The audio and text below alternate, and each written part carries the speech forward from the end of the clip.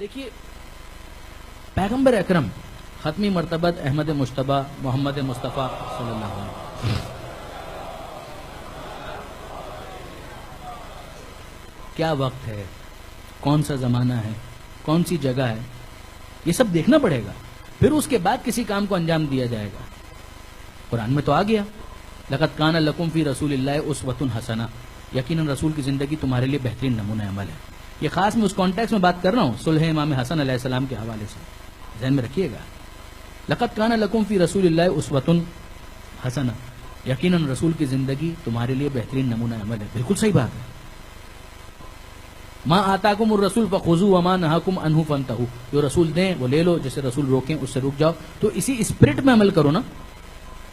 اب اگر مثال کے طور پر کسی نے یہ دیکھا کہ پیغمبر اکرم نے بیت المقدس کی طرف رک کر کے نماز پڑھی، 13 سال مکی زندگی پیغمبر اکرم نے بیت المقدس کی طرف رک کر کے نماز پڑھی ہے، بالکل صحیح بات ہے۔ مدینہ منورہ آنے کے بعد بھی کچھ عرصہ پیغمبر اکرم بیت المقدس کی طرف رک کر کے نماز پڑھتے رہے۔ اب اگر مثال کے طور پر کوئی اکاؤنٹنٹ ٹائپ کا آدمی حساب کتاب جوڑنے لگے اور کہے پیغمبر اکرم کی 23 سالوں میں سے میں نے دیکھ لیا کہ پیغمبر اکرم 14-15 سال تک بیت المقدس کی طرف رک کر کے نماز پڑھتے رہے، تو یہ تم سب غلط کر رہے ہو، تم سب غلط کر رہے ہو۔ یہ جو خانہ کعبہ کی طرف رک کر کے نماز پڑھ رہے ہو تم غلط کر رہے ہو۔ پیغمبر اکرم میں نے پوری طرح سے چیک کیا ہے، سیرت کی کتابیں نکالی ہیں، سب کچھ دیکھا ہے، 14 سال تک 15 سال تک پیغمبر اکرم بیت المقدس کی طرف رک کر کے نماز پڑھتے رہے، اور تم سب کیا کر رہے ہو؟ خانہ کعبہ کی طرف رک کر کے نماز پڑھ رہے ہو، غلط۔ واقعی انصاف سے آپ مجھے بتائیے یہ سب غلط کر رہے ہیں یا وہ غلط کہہ رہا ہے؟ وہ غلط کہہ رہا ہے۔ اس نے 13-14 سال کی زندگی کا ایک پہلو دیکھا، مگر اس کے بعد یہ نہیں دیکھا کہ پیغمبر اکرم ہی نے حکم خدا کی روشنی میں یہ کہا کہ اب بیت المقدس کی طرف نہیں خانہ کعبہ کی طرف رک کر کے نماز پڑھی جائے گی۔ نتیجہ کیا نکلا؟ حکم پیغمبر یہ تھا، حکم خدا یہ تھا کہ 14 سال تک بیت المقدس کی طرف رک کرو، تو بیت المقدس کی طرف رک کرنا عبادت ہوگا، اور اس کے بعد قیامت تک کے لیے حکم دیا گیا کہ کعبے کی طرف رک کرو، تو کعبے کی طرف رک کر کے نماز پڑھنا یہ عبادت ہوگا۔ اگر کوئی اعتراض کرے کہ پھر یہ فرق کیوں آ گیا، فرق نہیں آیا۔ پروردگار عالم نے ہم سے عبادت کا مطالبہ کیا تھا، ہم خدا کو ڈکٹیٹ نہیں کریں گے، خدا سے ڈکٹیشن لیں گے۔ ہم پیغمبر اکرم کو ڈکٹیٹ نہیں کریں گے، ہم پیغمبر اکرم سے ڈکٹیشن لیں گے، جو اطاعت کی روح ہے، جو عبادت کی روح ہے۔ اگر کوئی شخص یہ کہتا ہے تو اس کا مطلب یہ ہے کہ وہ عبادت کے نام پر کچھ اعمال ضرور انجام دے رہا ہے، عبادت اب تک اس کا اخلاق نہیں بنا۔ اگر عبادت اخلاق بن جائے تو اس کا تو مطلب ہی یہ ہوتا ہے کہ وہ کہے کہ یوں کرو تو یوں کرو، اور وہ کہے کہ یوں کرو تو یوں کرو۔ اس لیے کہ جب یہ اسٹیبلش ہو گیا کہ وہ اپنی مرضی سے نہیں کہہ رہے، تو پھر حکم ان کی طرف سے ہوگا، اطاعت ہماری طرف سے ہوگی۔ یہ ہے اصولی مسئلہ۔ اب برادران عزیز اور 10 مثالیں آپ اس کی نکال سکتے ہیں۔ ابتدا میں ظہر کی نمازیں 4 رکعت نہیں ہوتی تھیں، 2 رکعت ہوتی تھی، بعد میں یہ 2 کی جگہ 4 ہوئی، عصر 2 کی جگہ 4 ہوئی، عشاء 2 کی جگہ 4 ہوئی۔ ایک عرصے تک یہ نمازیں 2 رکعت تھیں۔ اب کوئی کہے کہ میں نے تو چیک کر لیا ہے، ایک عرصے تک پیغمبر اکرم 2 رکعت نماز پڑھتے تھے، پڑھواتے تھے، یہ آپ لوگوں نے کیا نکال لیا ہے؟ مسئلہ یہ ہے کہ آپ نے آدھا پڑھا، آپ نے پورا نہیں پڑھا، آپ نے آدھا پڑھا، آپ نے اتنا دیکھا، باقی پورا نہیں دیکھا۔ شراب ابتدا میں حرام نہیں تھی، بعد میں حرام کی گئی۔ سود ابتدا میں حرام نہیں تھا، بعد میں حرام کیا گیا۔ اب کوئی کہے ایک عرصے تک پیغمبر کے زمانے میں شراب پی جاتی تھی، ہاں واقعی پی جاتی تھی، صحیح بات ہے۔ ایک عرصے تک پیغمبر اکرم کے زمانے میں سود کھاتے تھے لوگ اور اس کو حرام نہیں کہا گیا تھا، صحیح بات ہے، واقعی ایسا ہی تھا۔ مگر کیا آخر تک ایسا ہی رہا؟ ایسا تو نہیں تھا، بعد میں اس کو تبدیل کیا گیا۔ جب دین مکمل ہوا تب دیکھا جائے گا کہ پوزیشن کیا ہے اور کیفیت کیا ہے۔ اسی لیے اس بات کو ذہن میں رکھیے گا کہ فقط یہ جاننا کافی نہیں ہے کہ رسول نے کیا کیا۔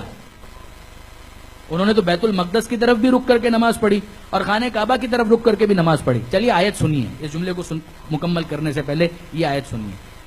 الم تری الی الذین قیل لهم کفوا ایدیکم واقیموا الصلاۃ وآتوا الزکاۃ فلما کتب علیہم القتال اذا فریق منهم یخشون الناس کخشیۃ اللہ او اشد خشیہ۔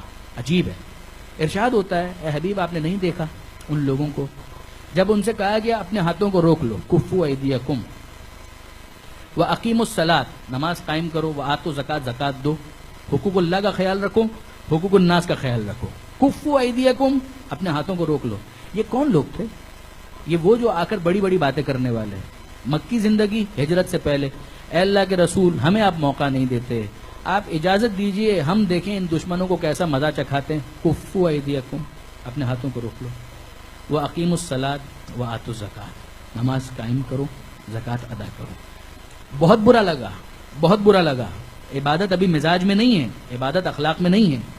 فَلَمَّا كُتِبَ عَلَيْهِمُ الْقِتَالُ، پھر جب ان کے اوپر قتال کو واجب کر دیا گیا تھا مدنی زندگی کے اندر، اب بدر کا میدان ہے نکلیے، اب احد کا میدان ہے آئیے، تو کوئی ایک پہاڑ پر بھاگ رہا ہے، کوئی کہیں بھاگ رہا ہے، کوئی ادھر نکل رہا ہے، کوئی ادھر نکل رہا ہے. اذا فریقم منہم، تو وہی بڑی بڑی باتیں کرنے والے ان میں کا ایک گروہ، یخشون الناس، انسانوں سے ایسا ڈرنے لگا کہ خشیت اللہ، کہ ایسا تو خدا کا بھی خوف ان کے دل میں نہیں تھا. خدا سے زیادہ بندوں کا خوف ان کے دل میں نظر آیا. یہ ہوا کیا؟ کفو ایدیکم، پہلے کہا ہاتھوں کو روک لو، مدنی زندگی کے اندر کہا ہاتھوں کو کھینچ لو، نکالو تلواریں، آؤ میدان کے اندر جب موقع آئے گا. پھر صلح حدیبیہ کا موقع آیا، کہا تلواروں کو نیام میں رکھ لو، پھر تلواروں کو نیام میں رکھ لو. پھر اس کے بعد حنین کی باری آئی، کہا پھر نکال لو. کیس کیا ہے؟ کیس یہی ہے برادران عزیز، مومن وہ ہوتا ہے کہ جس کے مزاج میں اطاعت ہوتی ہے. اس جملے کو سمجھیے گا. دیکھیے 8ویں امام، امام علی رضا علیہ الصلوۃ والسلام،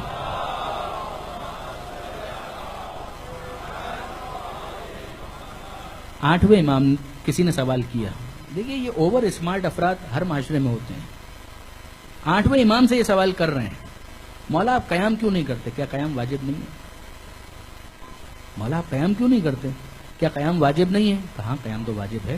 اچھا یہ گفتگو کب ہو رہی ہے؟ چاشت کے بعد، تقریباً آپ سمجھیں صبح 9-10 بجے کا ٹائم، اس وقت یہ گفتگو ہو رہی ہے امام سے. امام معصوم کی میں بات کر رہا ہوں، امام معصوم سے یہ گفتگو ہو رہی ہے. کتنے بجے؟ صبح 9-10 بجے.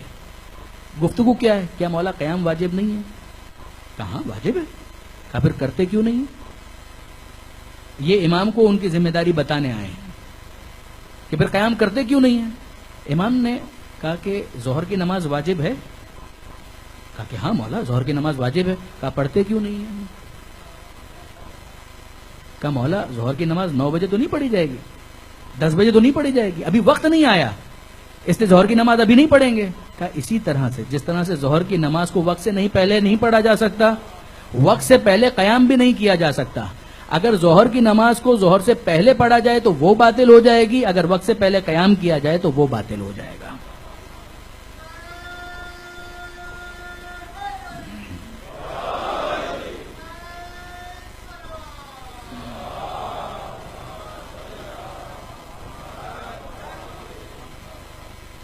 تو صرف یہ نہیں کہا جائے گا کہ مثلا آپ قیام کرتے کیوں نہیں، قیام واجب ہے. اب اگر آم کا پھل لگا ہوا ہے، آم کا پھل لگا ہوا ہے، کوئی کہے کہ صاحب کیا آم کے پھل کو توڑنا نہیں چاہیے؟ توڑنا چاہیے، مگر پکنے تو دو، پکنے تو دو، جب وقت آئے گا تب توڑیں گے.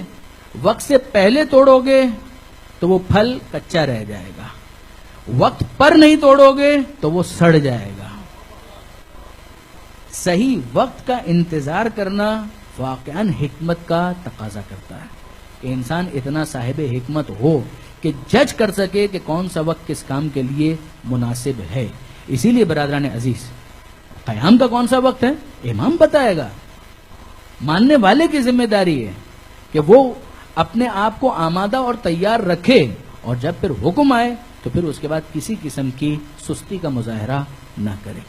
اسی لیے ہم جو زیارتوں کے اندر پڑھتے ہیں، نصرتی معدۃ لکم، میری مدد مولا آپ کے لیے تیار ہے. میں آپ سے یہ نہیں کہتا کہ آج قیام کیجئے کل قیام کیجئے، نہ، نصرتی معدۃ لکم، میری نصرت، میری مدد آپ کے لیے تیار ہے. معکم معکم لا مع غیرکم، میں آپ کے ساتھ ہوں اور آپ کے ساتھ ہوں، آپ کے غیر سے میرا کوئی تعلق نہیں ہے، میں آپ کے ساتھ ہوں. میں آپ کو نہیں کہتا کہ آپ ابھی قیام کریں بعد میں قیام کریں. یہ چیز وہ ہے کہ جس کو نماز کا بھی ایک فلسفہ بتایا گیا.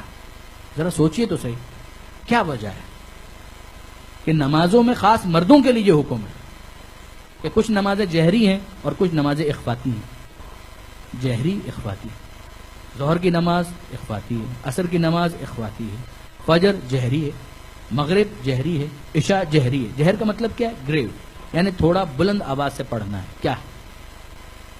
پہلی رکعت اور دوسری رکعت، حمد کا سورہ اور دوسرا سورہ، تھوڑا بلند آواز سے پڑھو. بسم اللہ الرحمن الرحیم. بسم اللہ تو خیر ہر نماز کے اندر بلند آواز سے.